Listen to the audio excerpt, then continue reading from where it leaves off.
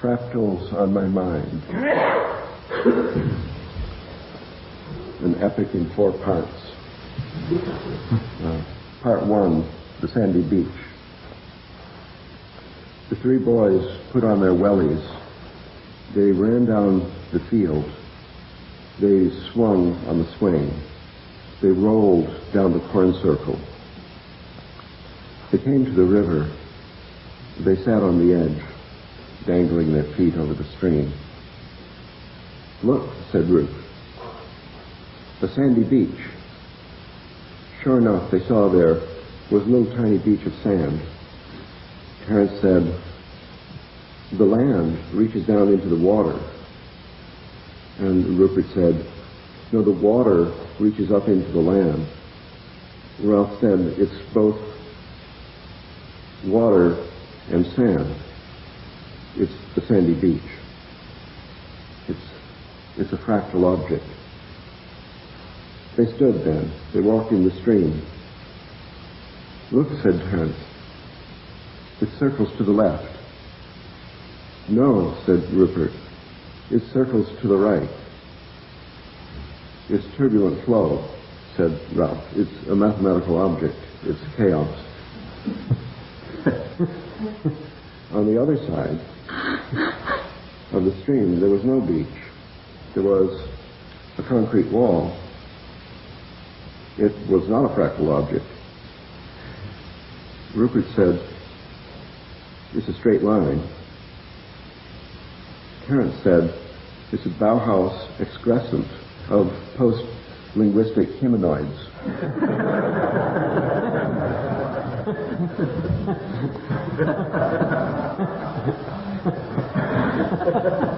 Thinking of peanut butter sandwiches then, they walked back up the slope. Rupert said, "Nature has given us a lesson. Nature is our teacher. We have learned about the sandy beach." The sun had set. Ralph pointed to the sky. "Look," he said. They looked and saw there was a silver stripe in the sky shining there. They hadn't noticed it before. It girdled the entire celestial vault. It sprung from 2 legs to the south. That way, they saw that its 2 legs pierced the zodiacal belt. It sprung across the mid-heaven, going somewhere near the polar constellations. Rupert said, "I think those constellations over there, those are all watery. That's Pisces, they're fish. This is biology projected on the sky." Terence said, the Chaldean astrologers call that the celestial sea. And Ralph said, it's a sandy beach in the sky. Rup said, "Father Sky is our teacher too." Ralph said, "Well, there's a sphere above the sky with the sandy beach in it, and a kind of astral projection imprints its shadow on the celestial sphere and on the terrestrial disk as well." They went back to the kitchen and tugged off their wellies and looked for peanut butter in the fridge. It's part 1, the sandy beach.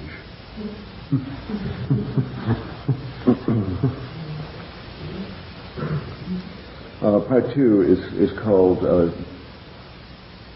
2 roads diverged in a yellow wood.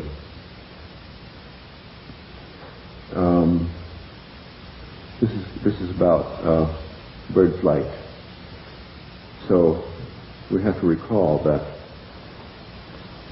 pigeons live in a loft, and the loft radiates a field throughout the atmosphere of the planet Earth, all the way around. And this is a field of intuitive flying instruction.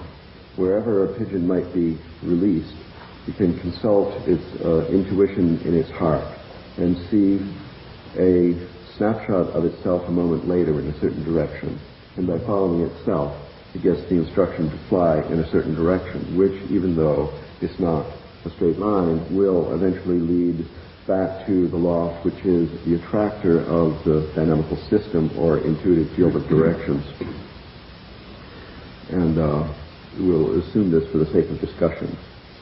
This is the morphogenetic field of the loft. And now we have to put ourselves in the position of someone reading Rupert's book soon when it's published and trying to do the experiment with the movable loft. Now first we dispose of monotheism, leave that behind. Now we have two lofts. The two lofts each radiate morphogenetic field instructions wherever the pigeon might be. That's the fixed loft at home and the movable one just taken off the truck or out of the boat or whatever it is. The pigeon has spent time in each loft and been trained and feels the impulse of the morphogenetic field of each in a combination averaged by mathematical functions built into the heart of the bird. The result is that after flying, the bird will arrive either at the fixed loft or at the movable loft, depending on where it starts. This is sort of a mathematical fact, but I hope that experimentalists will try this out. That would mean training a whole bunch of pigeons in the same fixed loft, in the same movable loft, and then releasing not all of them, but a certain proportion of them from different locations, sort of neighboring in the region, and later on marking the starting points in that region with the color red for all the starting points of birds that flew to the fixed loft, and green for all the birds that ended up in the movable loft. Then we end up with this region is painted part red and part green. So these colored regions in dynamical systems theory are called basins. The basins might be particularly important if you were of the gambling sort and were betting on a certain pigeon whether it would go to the one loft or the other. You could certainly win your bet if you knew this colored map from successive experiments with the same two lofts of flock of birds. Yes, I am talking about you. So it's important to know where the green and red regions are, and it could be all red over there, sort of toward the home loft, which is in the south, and all green over there toward the movable loft, which is in the north. But it could be much more complicated because during flight there are all these hills you have to go around, and there's certain nests of sparrowhawks that have to be avoided by a wide detour. And one possibility is that between the red and the green regions there is a sharp line, like that Bauhaus concrete wall on the other side of the river. And another possibility is that the red and green have been stirred and mixed, like colors on this carpet, into a pattern with the boundary as a fractal object, as a sandy beach. Sandy beach in the morphogenetic field, so that the separation between the red and green, which might mean life and death, might be the red eschaton and the green eschaton, is a fractal. And that means that whatever you would be in the supposed boundary, like wherever you are on the sandy beach, if you are a pinhead, you might be either in water or on land. And even the tiniest puff of wind could blow you from land to water or vice versa. So unless it was an entirely windless day, you couldn't even predict whether you were going to end up in the home roost or the movable roost, in life or death, in the good or the bad eschaton. It's the fractal boundary, the sandy beach, which destroys determinism. The Milky Way is, as a mythological object, is Tiamat, is the early Assyrian goddess of chaos, and her mate Apsu are those two branches of the rivers, which is a projection of the Tigris and the Euphrates. The identification of chaos and the Milky Way and Chamak and indeterminacy and the creative source of all form is traditional, at least for 6,000 years. I didn't make up this fable. That's the end of part 2. Two roads diverge in a yellow wood.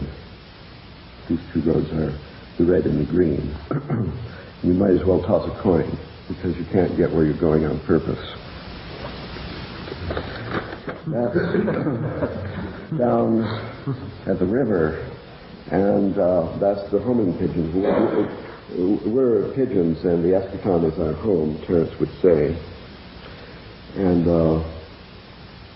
now let's take a deep breath. We've survived 2 lessons of mathematics without the despicable, frightening word being mentioned. And now I want to apply the concepts in the context of a single individual mind.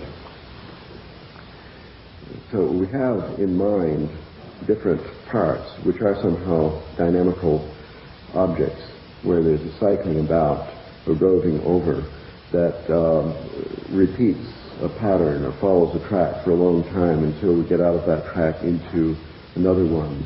This could be an entire paradigm, whatever that is. Let's say a paradigm is a bunch of basins, like instead of the red and the green, we could have 100 different colors, all of them kind of mixed up fractally, like this rug. And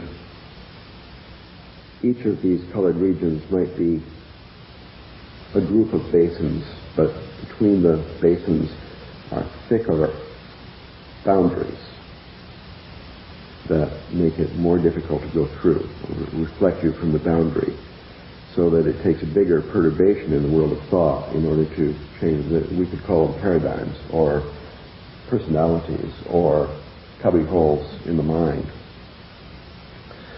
For example, when language came over us, I don't mean 25,000 years ago. Well, this process started 25,000 years ago, but in the history of a single individual, then at the age of 1 or 2 or 3 or something, when speech is beginning, what was going on before that? Presumably that was what everyone was doing before speech came all together, if there ever was such a time, and that childhood paradigm is not vaporized and replaced when the linguistic phase arrives. Instead, it's like covered over and covered. It just makes another one of these bases. So that's an example of, we could call it multiple personality. And these regions in the mind normally should be, the boundaries should be fractal. That is to say, more like the sandy beach than like the Bauhaus concrete wall. In the case that some training influence creates, instead of the natural sandy beach, a concrete wall, then it becomes very difficult to get from one to another. When there would be fractal beaches everywhere, then the slightest perturbation, a strange idea coming on the radio, would bop you just that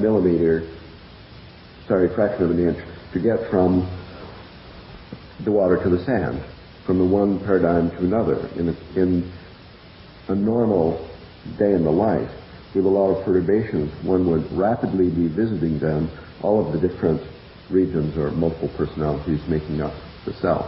So noise in the environment is sufficient to integrate the personality, but if there are iron curtains here and there, then it takes a very big perturbation to get out of one paradigm into another, and then you would see an individual manifesting the multiple personality syndrome. So since this difficulty, in this model, which is inspired by Kurt Levine, the founder of social psychology. He had a kind of mathematical model for a mind, individual or social, at the basis of his invention of social psychology. In this model, the healthier state has these sandy beaches, and the basins, the colors are all mixed up. The pathological state has too much order, like after toilet training or something, with these concrete walls, iron curtains. So these iron curtains, I call them dis-chaos. So replacing the order-disorder binary with dis-chaos and chaos binary, because we need more sandy beaches. So I wouldn't call this, as they do, the multiple personality disorder. I call it the multiple personality dis-chaos. So that's a sandy beach model of a mind, which, if we were into clinical psychology, we could try inventing a therapeutic strategy to increase chaos. For example, visiting the river, listening to the sound, walking in nature, as opposed to listening to the radio and watching the TV. Watching TV would be good if they somehow put birdsong on there, chanting.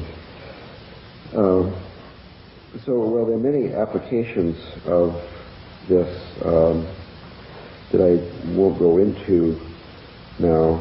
I'll just mention a possible application we could come back to someday, just to point to some possibilities for individual psychology before I go on to the fourth and final lap of this course. And this has to do with the question, why do people believe in UFOs? Or why do people want to believe in corn circles? Or this is quite independent of whether UFOs are real or imaginary. It hardly matters, and not to put down UFOs.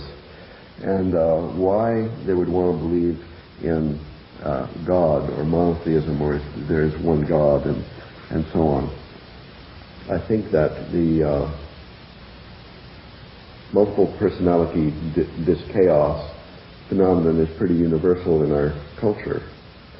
And there are heavily walled off regions. Walls were built at different stages in life, and the child part was sealed when there was an authoritarian, trustworthy emotional environment that had the illusion of absolute truth or something. So that part is sitting there yearning for some validation from the outside world. Something like that would, if you wanted to try experiments, or you could write a book recommending experiments in social psychology in which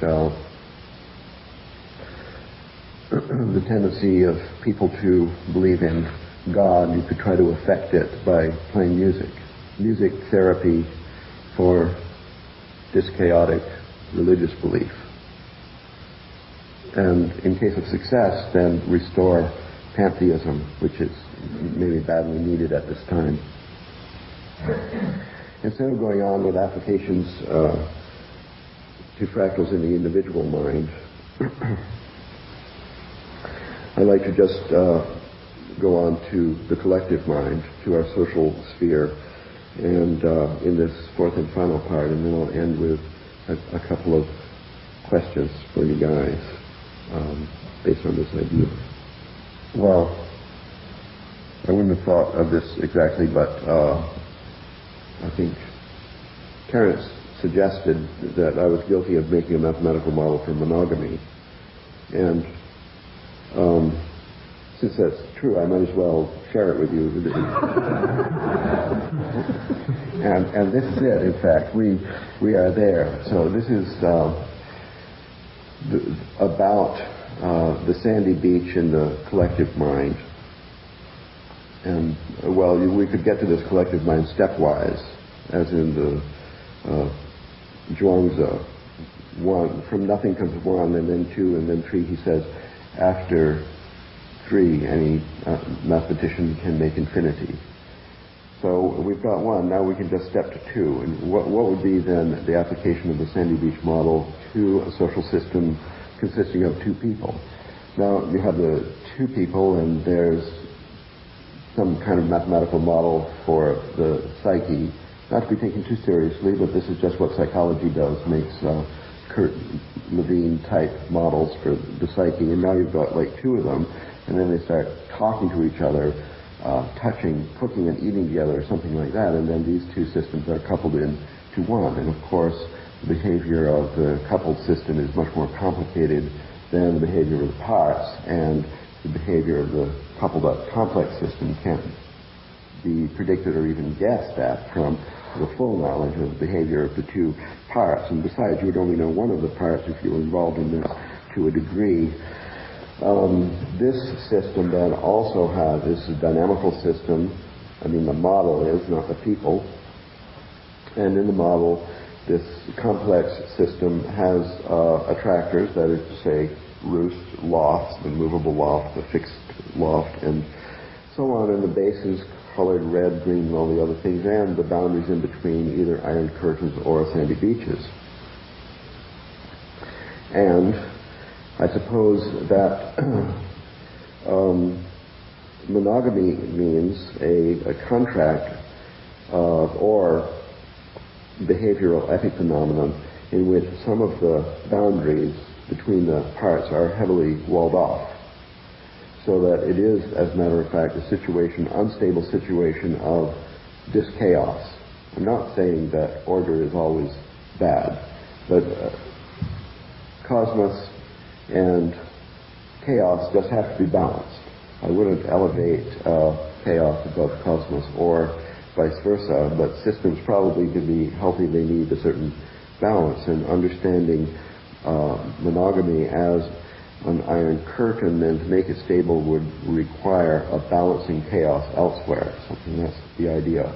Otherwise, this multiple personality, that's the system of the two people, would have the multiple personality, this chaos and out of balance situation in the direction of order, which, like the concrete wall doing its best to hold up the bank for life, is highly unstable.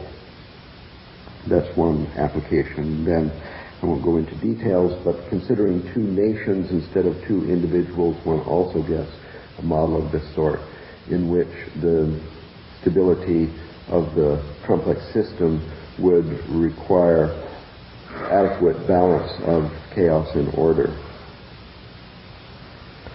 So those are the four parts, and let me just end with these questions for Rupert and Kerr.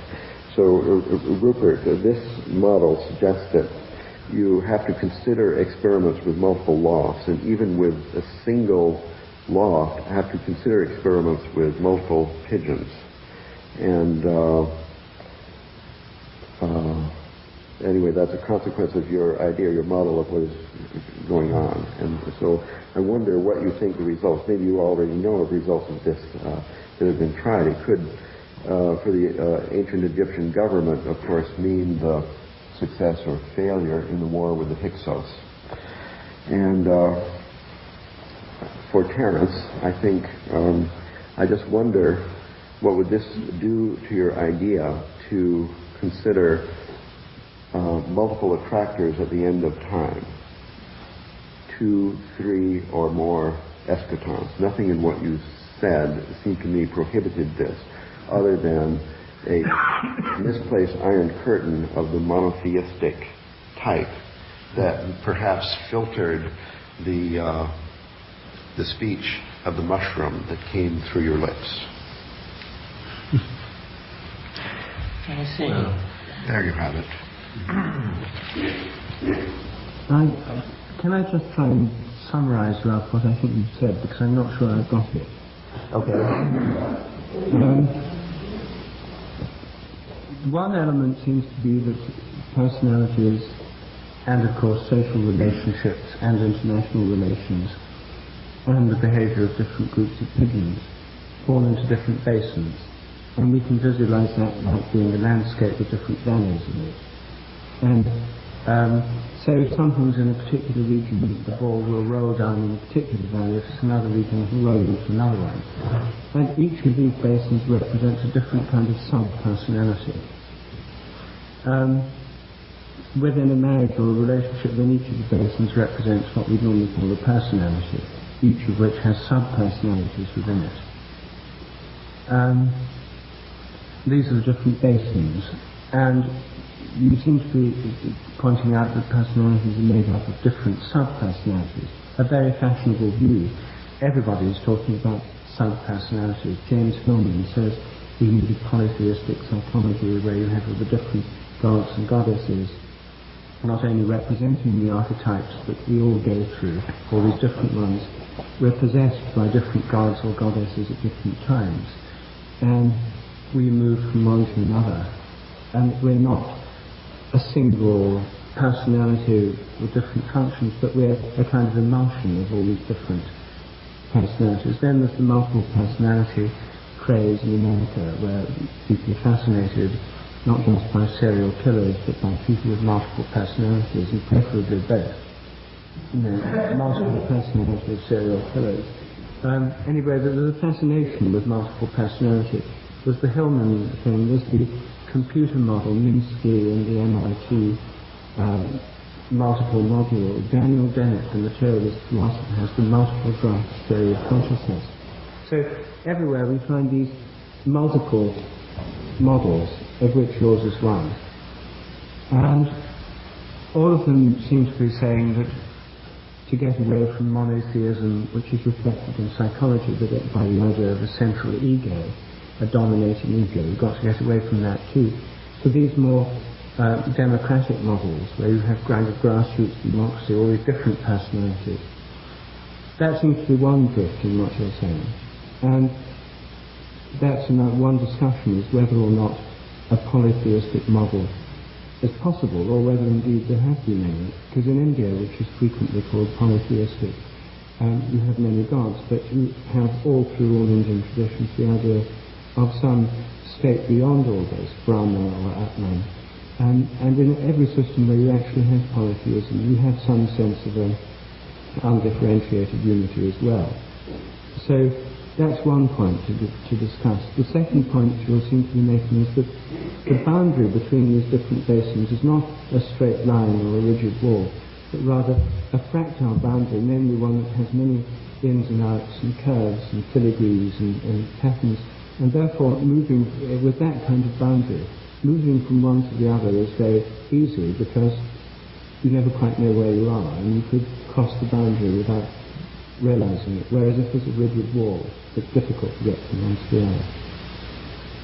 Is this so far? Yes. Right. Well, I'm not sure which points to take up first. I think I'll leave pigeons aside for the time being. But I think the idea of the plurality of models, I mean, I'm sure you're right, Terence's model is monotheistic, in that he has a single eschaton. And this takes us immediately to the plurality, to the polytheism versus monotheism argument. My view of polytheism is that polytheism in all its actual functional forms, even in its Catholic form, Catholicism is in a sense a kind of polytheism. You have all the angels, you have all the saints, you go into a cathedral with all those side chapels and shrines. It's just like a Hindu temple. You go into a Hindu temple, there's the goddess of this, then there's the god of the planet, planet gods, and then there'll be this goddess and this local god, and then there's Ganesh, and then there's various other gods, Hanuman, and that there'll be a central shrine, say of Shiva or of Vishnu, which would represent the central unifying principle. So most forms of polytheism are not radical polytheism. They're a plurality with some, however vaguely defined, overarching unity behind them. So the first point is, are you denying an overarching unity? No. A radical polytheism? I think my main message is what you described as the second point. It has to do with the rigidity of boundaries in between. I think that everybody would agree that there's plurality in religion, in life, in the mind, in the stream, in the sky, and so on. And I think it's more important, the rigidity of the boundaries in between. Do you worship in the Shiva temple and then you go to Ram? Is that okay? Or do you have to be faithful to one and never admit the existence of others and so on? It's more the denial of what obviously to children seems to exist that brings about a disintegration of the personality. Through excessively rigid boundaries rather than fractal boundaries between things, Yes. it's easy to go from one to the other. Yes. They're porous to the point of, when you're in the stream, it's much more watery than when you're on land, but the job of getting into the stream doesn't really have a shock of cold water in it because it's like a permeable membrane, I guess, between basins. And I think in this religious or mythological context, it's appropriate to think of Shiva and concepts of that sort as attractors. And then there's multiple attractors, everybody knows, considering the population of the planet through all times at large. And there's zillions of attractors, and some people have visited one, and other people have visited 2 or 3, and so on. And this openness, I guess I would say, to all attractors is some kind of prerequisite for stability, for the longevity of a culture or the health of an individual. And this idea is based on the cosmology in which the stream has the same morphology as the heavens, which have the same morphology as some abstract mathematical object. Therefore, under the ambiance of this idea, our experience of nature is that these rigid walls are very unstable. But they're not that unstable. If you look at nature, if you look at a plant, for example, there's sort of membranes around its leaves. And although they have invagination, stomata, and the air can go in, the surface is our skin, it has pores in it, and is not absolutely smooth. But nevertheless, these are clear functional boundaries. And everywhere you look in biology, you find clear functional boundaries. There's a cell membrane around each cell, which may have within the lipid structure, the fatty structure, some kind of fractal nature. But it's not an infinitely permeable boundary. It's permeable to a point. Well, it has little holes in it with pumps that are designed for particular things in the environment. So the permeability is, as it were, structured in a way that's rigidly connected with that species. But if these holes were plugged up with chewing gum or something, then of course the cell would instantly die. But boundaries, you're not denying the importance of boundaries, of course. Your whole model is based on boundaries, isn't it? That's right. It has to do with their crookedness. And their crookedness is your mathematical model for their permeability. Yes. Okay, we've got it straight now, but I want to hear how is Yes, well, this seems... I think the hay fever medication must be cutting in. It seems extraordinarily arcane. Nature is fractal, and this is the new discovery, and it's a very powerful insight, but it doesn't wipe out some of the previous accomplishments. I'm thinking of all the work that was done to show that it's also hierarchical. So without tossing the baby out with the bathwater, it might be better to say it's fractal and hierarchical, so that in the case of your suggestion to me that the eschaton could be many, I think the eschaton is defined as one. And so the many that you're suggesting are sort of subsets of the approach. And then what I'm hearing is that because of the interdimensionality of the fractal, the boundary transition is, it's as Philo Judaeus said of the more perfect logos, you can never tell the moment when it crosses over from being heard to being seen. That's another one of these fractal boundaries that you're talking about. Well, if that were all there were to say about it, then no boundary would be defined or noticed as such.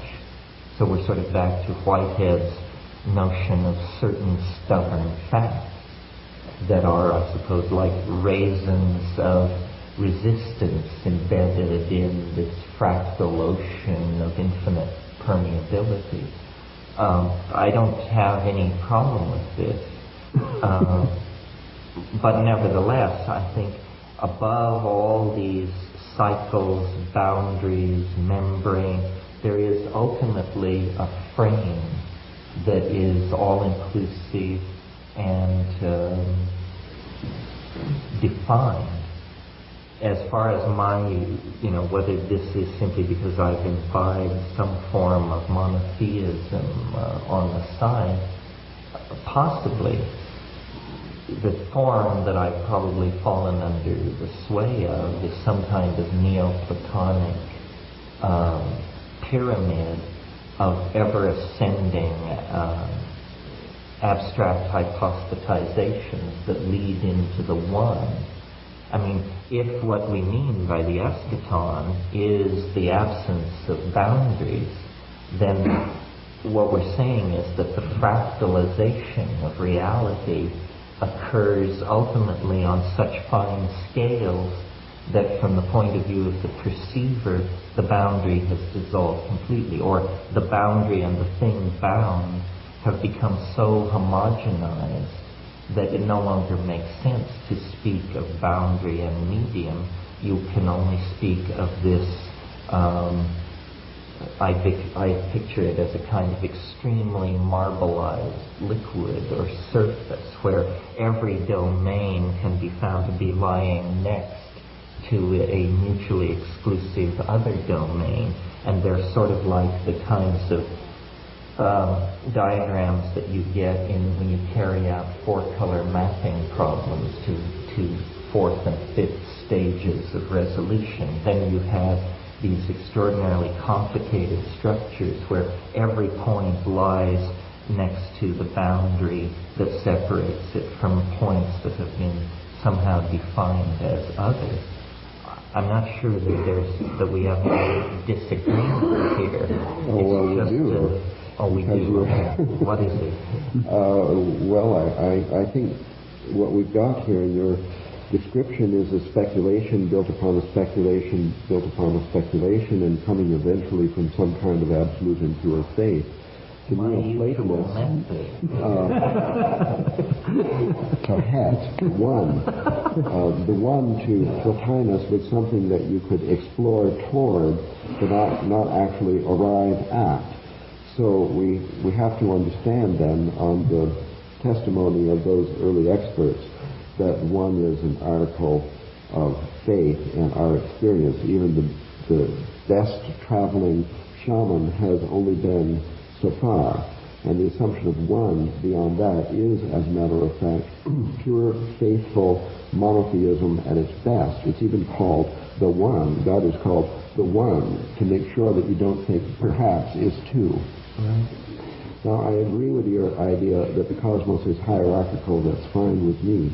And even I don't care if it has a finite number of layers or an infinite number. But however far you would go, that the wildest shaman has traveled has seen only another image, maybe more complex, of what we see in ordinary reality and nature. And that is, there are multiple basins, there are fractal boundaries, there are many possibilities, there are different regions, there's complexity, where harmony is hierarchically organized. We've never got to the top. Therefore, to say it's one or it's two or it's three could only be an article of faith. It cannot be any kind of extrapolation from observation, normal or arcane observation. We're talking about pure faith here. When you get to the top frame, I don't see any reason why it shouldn't have two basins, and they're separated by a fractal, and that means that the shaman who comes back and says he knows which one it is lying. Well, my understanding of fractals is that they are a kind of homogenization of levels not present, domains distant, and that in fact the idea is if you have a sufficient sample of the fractal, not very large, you can in fact extrapolate the contours of the entire system, so that it isn't necessary to send a shaman or a mathematician for a total overview. The sample can be, isn't this what the cosmological principle is? That based on local measurement and local physics, it is allowed to extrapolate. There's another monotheistic religion, which is yours in reverse, which says instead of an eschaton, it's got a birth at the beginning. Without an article of faith, you can't get a cosmological principle. We don't have any evidence from the boundaries of space. Well, isn't the idea that fractals are a kind of holographic plan? That the pattern recurs on many, many levels, and but it's always the same pattern. So if you have 10 levels and you know the pattern on 2 through 7, you know the pattern on 1, 8, 9, and 10. No, few fractals in nature have that property, which is a special property of special fractals, which are self-similar fractals, which are, as it were, like integers within the field of all real numbers. They are exceptional, self-similar fractals, mostly. It just means you have the two basins, red and green, and their boundary is kind of stirred up so that it has the following property. Wherever you are in it, you're within 1 millimeter of each side, or even a tenth of a millimeter of each side. Like in a mapping. Like in a countercept. Well, I guess I somehow have limited my model building to the use of self-similar Just like fractals. Pythagoras. Is this so terrible? I'm not sure if we allowed you self-similarity in the eschaton, if that would still establish to everyone's satisfaction there's only one. Well, in my model of the eschaton, it is, at the mathematical level, it is self-similar. Well, there's this, let me tell you about the water principle. If you had three basins fractally entwined, then not only wherever you are in the sandy beach, you're within 1 millimeter of the red and green, but the yellow one is there also. That means if you travel as a shaman and then you see this pattern at the end of time, if there would be any jitter in your travel, any blur in your vision, anything slightly human remaining in your travel, then you would see it as one, even though it isn't. You just like mistakenly see it as a blur of the three colors into a kind of a gray eschaton. Well, in some circles this is known as the mystery of the Holy Trinity.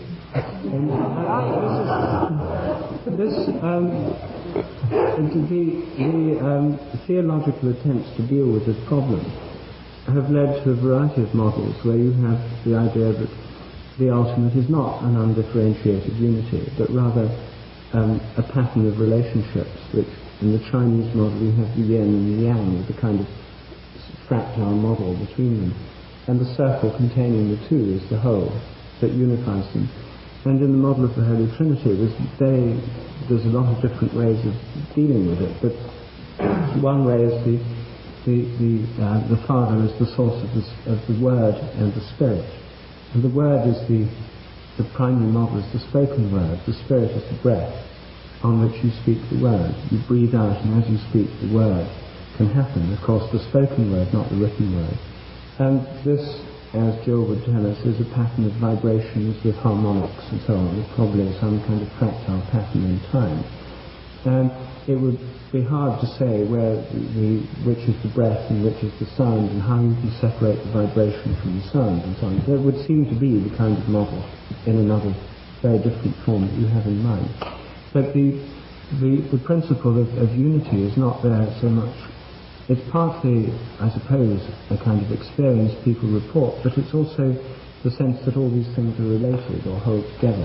The unity comes from the sense of interrelationship rather than perceiving some kind of undifferentiated sphere, because all these models of an ultimate unity are models of a relationship with it, which something holds them together.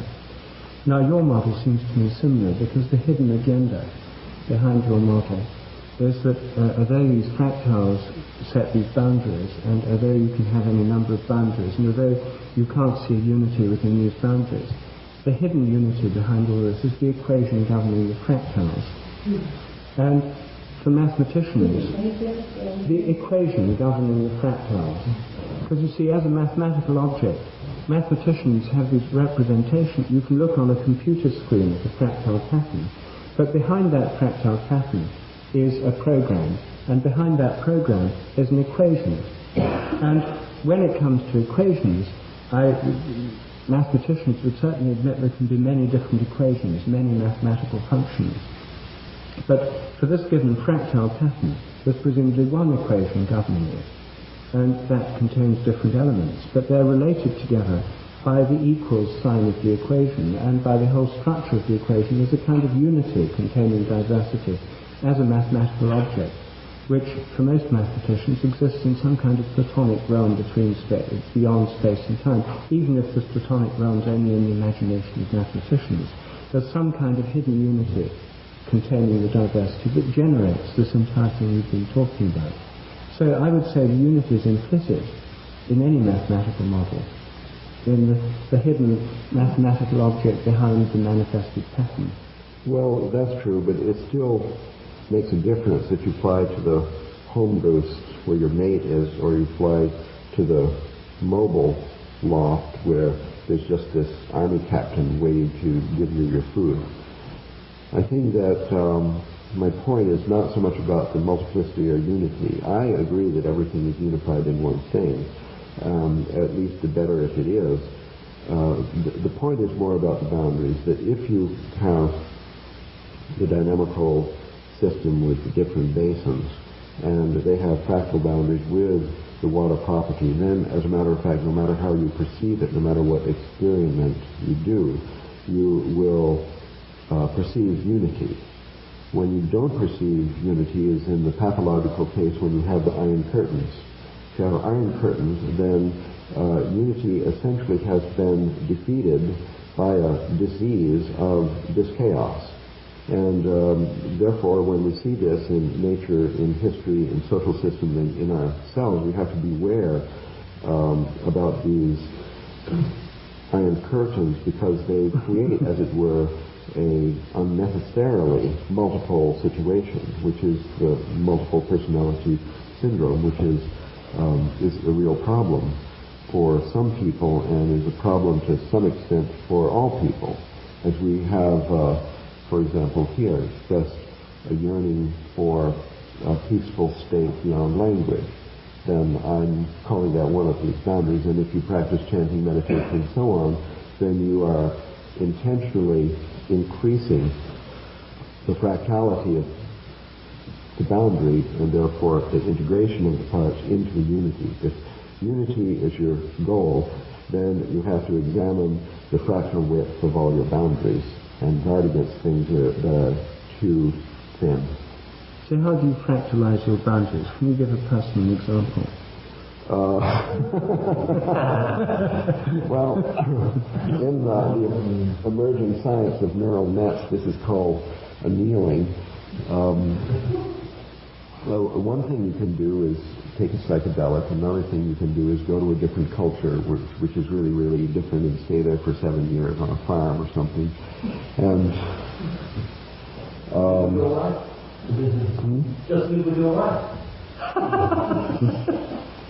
Well, if you have a mate of any gender, then you're certainly in a more chaotic situation than But these two-person units do definitely have diseases, we know that, and a few of them survive. And I'm making a suggestion here as to what's the trouble, which might not be validated by further study, but to the degree that it would suggest a strategy, a kind of a therapeutic technique. And people are trying out, by the way, this idea for therapy in relationships. Can you give an example of how this would work in a therapy in a relationship? The fractalization of boundaries. Not in a model, but I mean in a kind of therapeutic, personal way. Well, people, first of all, there's a diagnostic phase in which the therapist is trained in chaos theory instead of Freudian theory.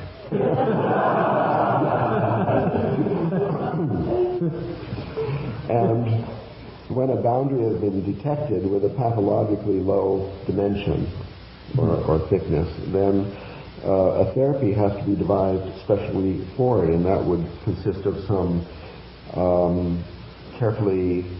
some safeguarded experiments in the violation of the boundary and the mixing of the boundaries. One common strategy involves play in a sandbox. You've seen this. Therapist's office has all these toys, and that returns to a pre-verbal mode of expression. And well, people are clever at therapies. I'm not a therapist, but I think that an advance in theory is helpful in devising therapies. Now, what's happening with this fad of multiples in the United States is that people who suffer this are getting together in small groups for self-therapy because they feel that the therapist not having multiple personality dyschaos has no idea really what's going on. So the theory coming from the therapist can't possibly be right. So these groups are studying chaos theory, and the therapy that they've devised is a psychodrama, which they write, direct, and perform in public in sort of street theaters in cities around the United States. There's a network of these that base their approach on my paper on the multiple, what is it called, personality dyschaos, it's called. So we'll see. I can give you a report next year how these experiments work out. Some therapists believe that they may be fatal and I should be imprisoned. But the patients themselves are very enthusiastic. They're really having such a wonderful time. It applies to bipolarity. You know, depression is a really serious condition. If you're depressed, I mean, you are so unhappy, life is so painful, you can't really go on. And if a therapy was devised that cured bipolar personality dyschaos without drugs, then a lot of people would be helped. It's not a fad, it's a really serious disease. So dyschaos, the psychodrama is designed to break down boundaries, rigid boundaries. Yes, to increase their fractal dimension. What to do with people whose boundaries are too low already? There are certain people, for example, in conversation, who run from one attractor or create or base into another. So they jump from subject to subject with alarming rapidity, and you can barely keep up. Now these seem to be people who have fractals of high dimension in their mental attractor structure. What do you do with them to reduce the dimensions of their fractals? Well, I'd start with beer or maybe a shandy and then go on to wine.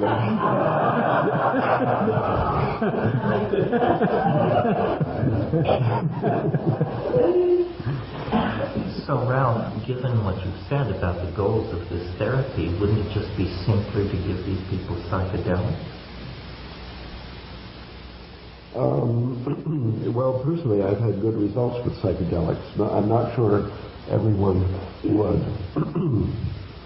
And maybe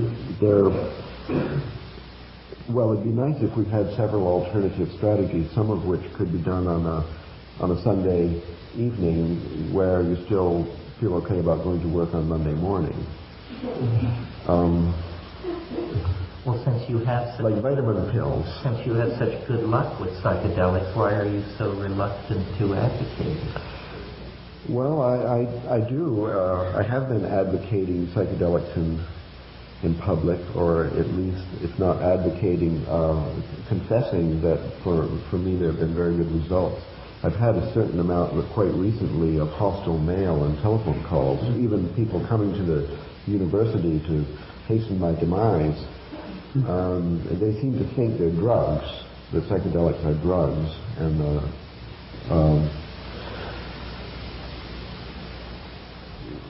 there's also the aspect of legality, where many people are in jail with 20, 30, and 40-year jail sentences. So I think that the atmosphere of paranoia in the world today might even make them much less effective as medicine for this chaos and psychodrama and therapy. So because of the paranoia, the legal status. But if that barrier were removed, and it sounds like you're advocating something fairly close to what Salvador Roquette and that school settled into. Is that true? I don't know Salvador Roquette. Well, he was a psychotherapist who worked in Mexico for many years and gives people psychedelics, but he also then assaults them with Auschwitz footage and all of the very highly charged emotional material, the idea being to just reduce them to some absolutely basic jelly of dissolved boundaries and psychic. Sounds disgusting. To me, I agree. I'm trying to find out how what you're advocating is different. Oh, it takes only very subtle medicine to decrease rigid walls. Even the very idea of it may be enough, as a matter of fact. Well, that's anyway the therapy idea. Once your consciousness is adjusted so that your sensitivity to your own process actually observes these things and considers them undesirable, then automatically they begin to disappear under the self-creative action of one's own psyche. After all, nature is there too, and mathematical necessity reveals itself in the Milky Way, in the sandy beach, and in the human psyche as well. There is a tendency toward health. I think that these diseases of the rigid barriers, like other diseases, consist primarily of the rejection of the cure, and the cure can be found within. Unlike hay fever and a lot of things, this can actually be treated within. One has to get the idea. Thus, when people suffer this, which is essentially universal, it is an inheritance from a culture which has the disease itself. So the cure consists of identifying the difficulty as essentially a cultural pattern and then disowning it by becoming more of an expatriate of your own culture. That's why visiting another culture and living there even for 3 months is sometimes enough to liberate people from a rigid pattern. So the diagnosis comes very close to the 19th century diagnosis for most difficulties is a few months at the seashore, in Italy preferably. In other words, in both cases, you want to establish this extra-environmental attitude through distance from cultural values, either achieved through journeys with drugs, yes, or journeys to foreign a walk in the woods lands. is perhaps all it takes. So it's a search for perspective achieved by distancing. It's a kind of a mathematical perspective. Yeah, well, is there another It's only kind? appropriate because our culture has suffered this particular disease over a mere span of 6,000 years. That's all we have to recover from. The particular disease being boundary anxiety? Patriarchal, monotheistic, hierarchical, Well, misunderstanding, Constipated, linear... Yes. toilet train, etc. etc. Yes, but is there any culture that has managed to avoid this chaos? Well, I think so, but I don't have exact experience of Aboriginal cultures. The one we live in has by now covered the entire globe, and the exceptions are near to extinction. But there are some. Anthropologists used to go and study wild tribes before they were contacted by the external civilization now dominating the entire sphere, which arrived unfortunately to them in the form of this anthropologist, which was the kiss of death for that culture. And but what you're suggesting, Ralph, is that archaic lifestyles were more boundaries, which is a theme near and dear to me. I mean, yes. Certainly in living Amazon cultures, one of the hardest things to put up with when you're there is the fact that there are no boundaries. You know, that everybody lives in a wall-less grand house. Defecation, sexuality, death, domestic hassling, disciplining of children, everything goes on in the presence of everyone else, and no one from age 6 to 90 feels any constraint whatsoever about making comments, suggestions, and offering free advice. It's a hard thing to embrace, even with the knowledge that it's going to be good for you.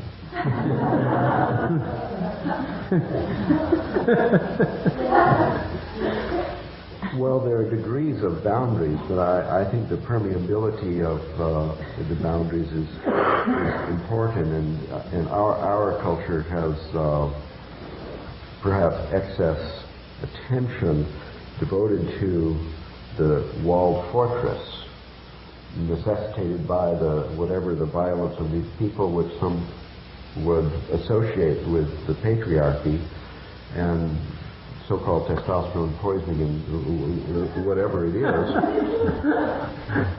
There has been the necessity of Bauhaus concrete walls around the town, locks on the doors of the houses, electronic motion detectors, video cameras at the bank card place, and so on.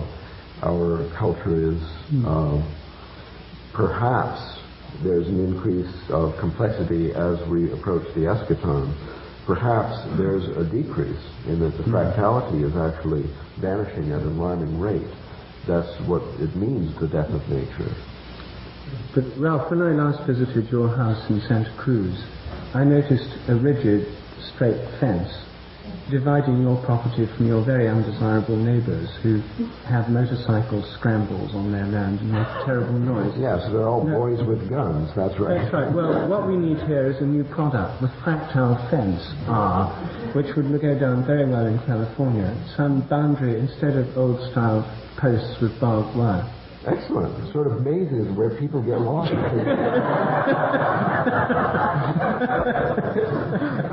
I think we should patent this and get on with it. We'll subvert the world. Well then, just for the slightest gust of wind or chaotic event, these motorcycles would suddenly zoom past your front door. Yes. We'd have these gateways like cell membranes have that nice people could go right through.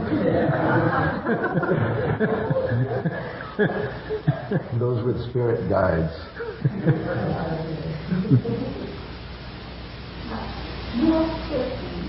Haven't we reached the point, right? I think we could. Yes. It's okay. Yes. Let's have some questions. Yes. Let's...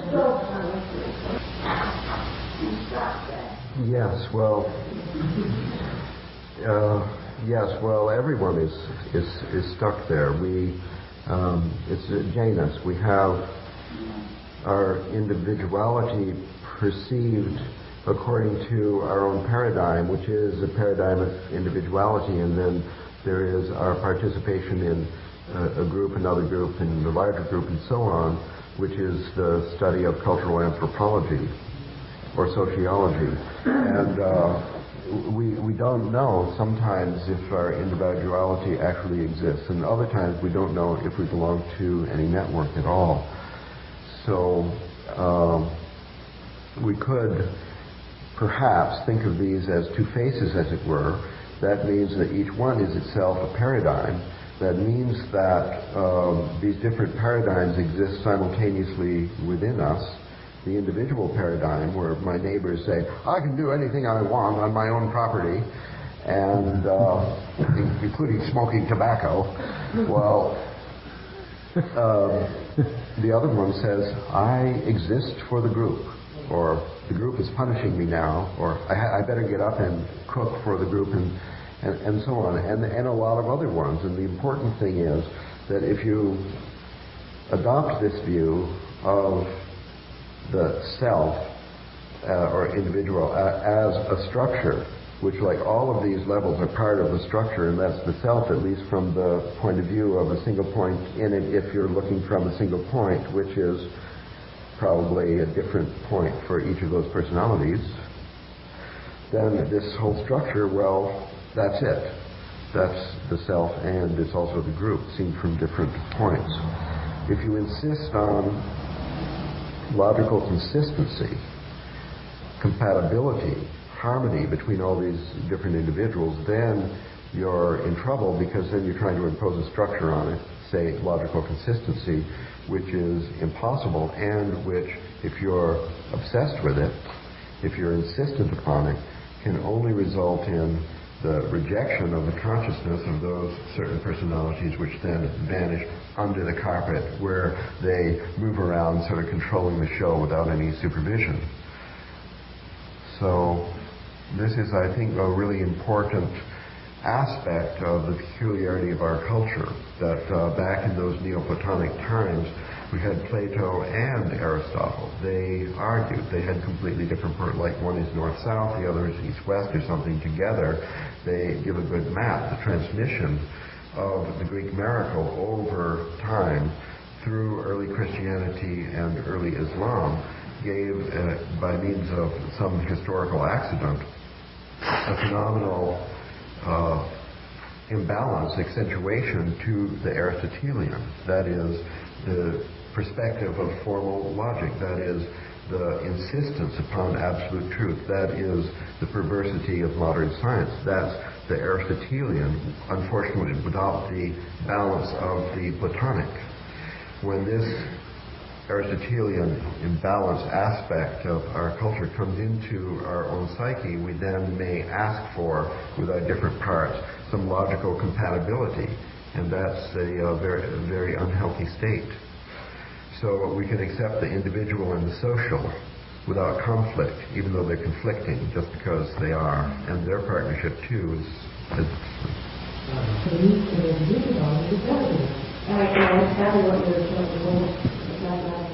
Yeah, it sounds great.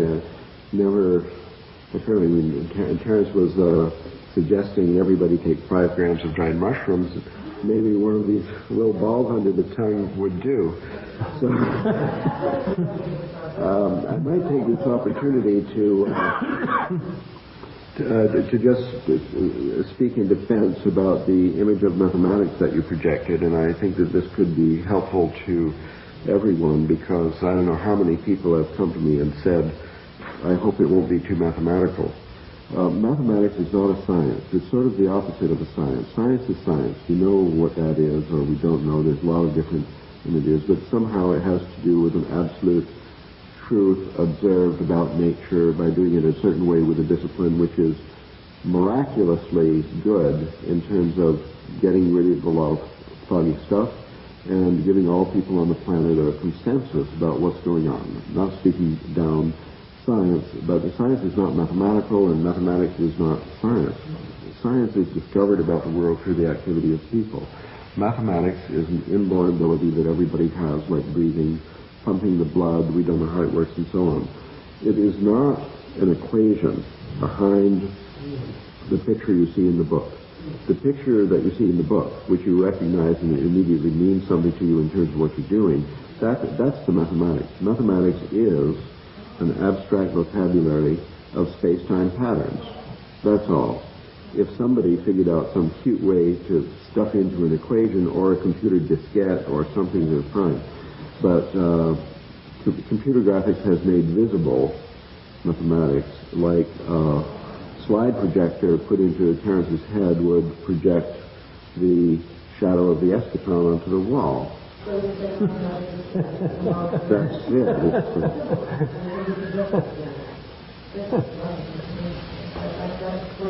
So everybody can do it. The story I told about the three boys at the beach, that's mathematics.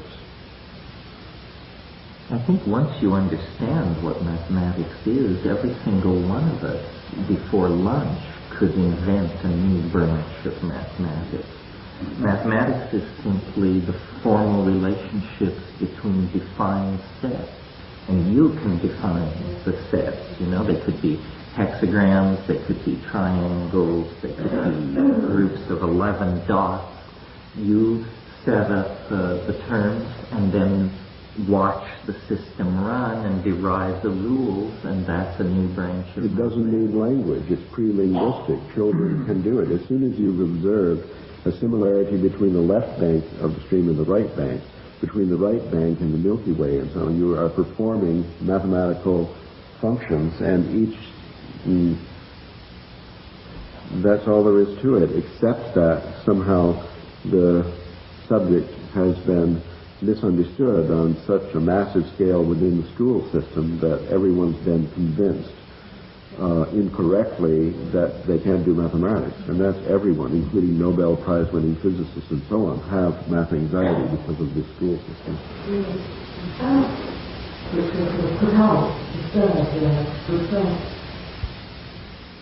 Then there is no chaos and there is no order.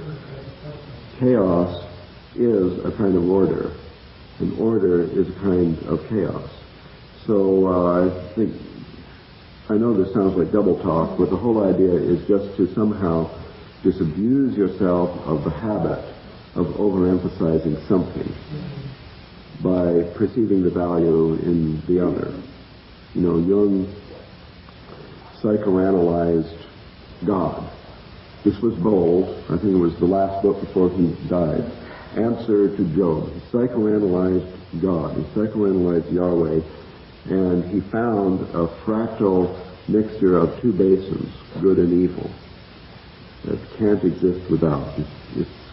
That is, in other words, the ultimate model behind all the mathematical models for all the dichotomies before construction or after deconstruction. That is the red and green fractally mixed. They're still red, they're still green, but they're so close together.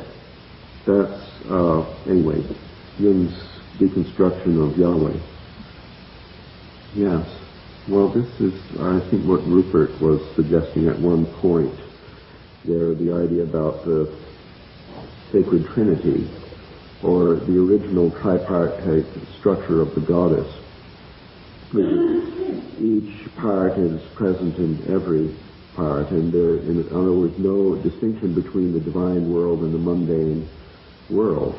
And if there is a distinction, where a culture has made a distinction, then that distinction is, as it were, creating dis-ease in the culture by setting aside divinity from something else, ordinary reality, family, life, and then you get a temple with a thick concrete wall around it, and the divinity within and outside, and so on. And then there's the progressive parturition of, like unzipping a zipper, where one thing after another is desacralized, and now we live in a world which is totally desacralized, and the resacralization of the world could be as simple as zipping up this zipper again, but we don't know exactly where the handle is.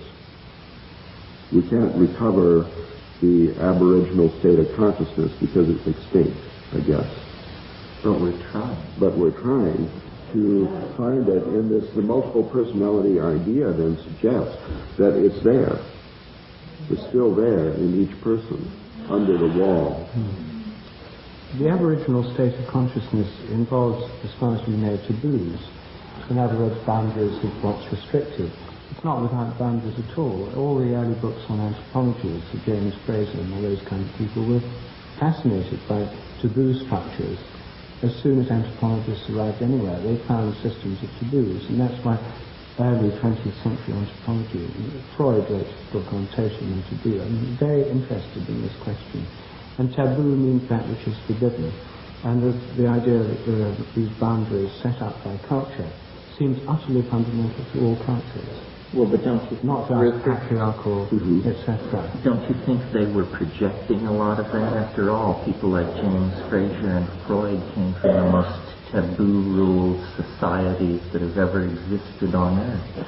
Victorian England and fin de siècle Vienna were so taboo-obsessed, so constipated, so hidden from themselves that they very probably carried that into their work as a projection. But not just that. I mean, like among Australian Aborigines, the idea that there are certain initiation rites that boys go through when they're shown certain objects which can only be seen by initiated men, not by women, not by boys beneath the age of initiation. And this kind of pattern, presumably, wasn't just made up by anthropologists. These things are found everywhere, things of that general kind. And the idea of boundaries seems fundamental to human culture, and the boundaries in so-called primitive societies are much more rigid than in our own in many ways.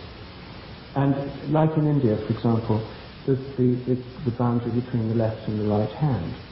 You use your left hand for wiping your bottom after going to the lavatory, and it's considered unclean, impure, and so on, with an actual daily reinforcement of that reality. You use your right hand for eating, and if you give someone a present, you must give it with the right hand. I was always having to tell my guests in India, for heaven's sake, don't give people things with your left hand. You're in the shop, pay with the money. You just don't do that. And you have to learn all these cultural divisions when you go and live in another culture. It's not just that we're obsessed with boundaries, we're in fact in our culture many of them have been broken down. So I think there's something extremely important about these boundaries, which your fractal model... Well, I never spoke against the boundaries. I think that... No, they're not even fractal. In traditional cultures, they seem, the ones I've encountered, haven't had a kind of fractal permeable quality. They've had a quality of extreme authority to them. Well, there's a suggestion, I think, about Aboriginal society had to do with the presence of the divine throughout the world that you share, I think. And that's one particular boundary that we have that those traditional societies didn't have, even though they had other ones. So maybe there's a law of the conservation of boundaries, or the maintenance of a certain degree of complexity of structure that you find in all societies, and these boundaries have to be put somewhere, and we just have to see that they're more or less in the appropriate places. And I don't think they're weaker or stronger. The taboos we overthrow are the weak ones, but we're ruled by incredibly strong taboos. I was visited once in Hawaii by a bunch of Germans, and I took them down to the beach, and this woman immediately whipped her top off. And she knew that you can't do that in America, but she didn't believe it because it was so inconceivable to her, while I could not conceive of doing it any other way, and realized that wave upon wave of social disruption would flow from this absurdly trivial act because a taboo had been violated that was one just doesn't do that. So we choose. So you told us we'll talk autonomy. Absolutely. Instantly. Public beach in Hawaii. Well, the boundaries move, that's right. But wherever they are sitting at any given moment, they are incredibly rigidly maintained against all reason. I mean, I remember when I lived in Bernays, my houseboat was anchored near the bathing ghat, and you could watch 1,000 women wading into the Ganges, soaking wet like rats in their saris. You could watch 1,000 women bathing and never see a nipple or so much as a thigh, and it seemed perfectly reasonable to them to walk into the river fully clothed in order to preserve a sense of modesty. It did not seem to them silly, irrational, or preposterous. And yet, wasn't it? And isn't it absurd for American women to keep their tops on at the beach? Yes, but it goes without saying. It's beyond question. And then the taboos that are negotiable change over time, but they usually don't address the central concerns of the society. I mean, for instance, this thing about topless beaches, all the beaches of France and Italy are topless. That means nothing in America. It will never change. I cannot conceive of it changing. The situation with cannabis is similar. Everyone knows that cannabis is trivial and harmless, but that doesn't mean that we're on the brink of changing the social taboos about it. It feels to me as though they will never change. Those taboos are phenomenal, as you said, for the state. Yes, I agree. I think that speaking of all these divisions, one of the strongest divisions is the division between the sacred and the profane. They seem to be like oil and water. And once a profane domain is established, it will struggle with all of its resources to resist a re-sacralizing of that space. That's what has made Western civilization so toxic, is the fact that it is a continuous and spreading profanation, apparently to be carried on until the extinction of the planet, unless those few heretical voices that dare to oppose the imposition of this boundary are heard. Well, so you're suggesting there are pathological taboos and taboos which actually maintain health. I mean, the taboo about the hand that Rupert mentioned is probably a health-based taboo. You don't want to be transmitting amoebas to your friends or yourself. Well, we don't want to eat poisonous plants. We don't want to eat... Well, but poisonous, it becomes a word. This is a word so fraught with cultural... Talking about Amanita Varna or something. Well, your first shot of scotch. This doesn't convince you that this is a toxic substance, but no, it turns out to be the basis of an entire culture, lifestyle, and philosophy. You're talking about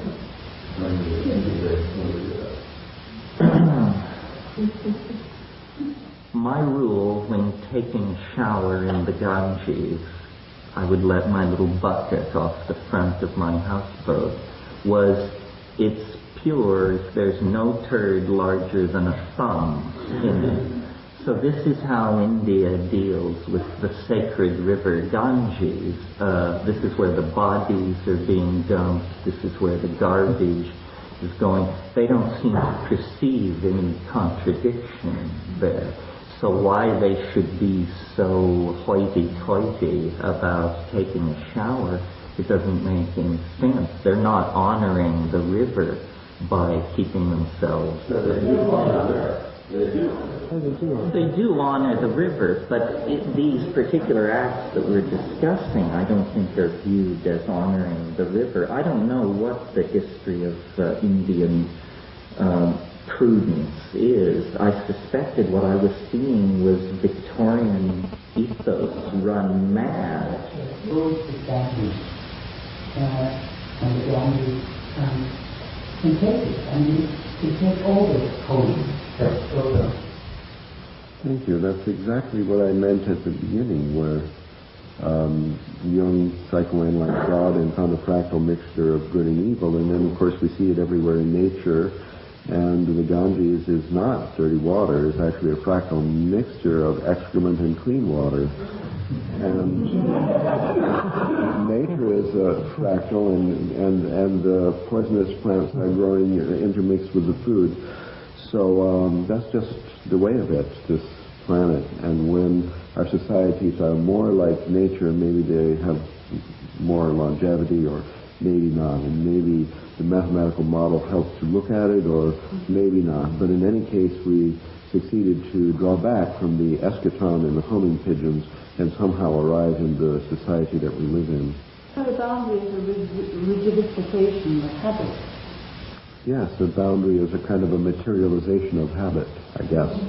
And nature itself seems to have evolved. The structure came out of chaos in a process of creation in which order emerged and structure is made and matter materializes around habits and so on.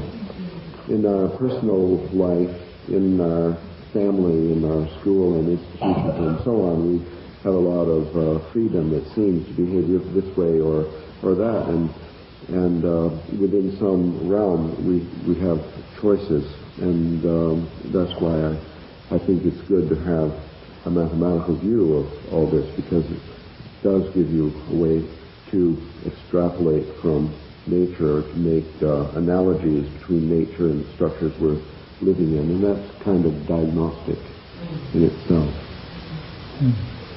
Maybe we should stop here. Sure.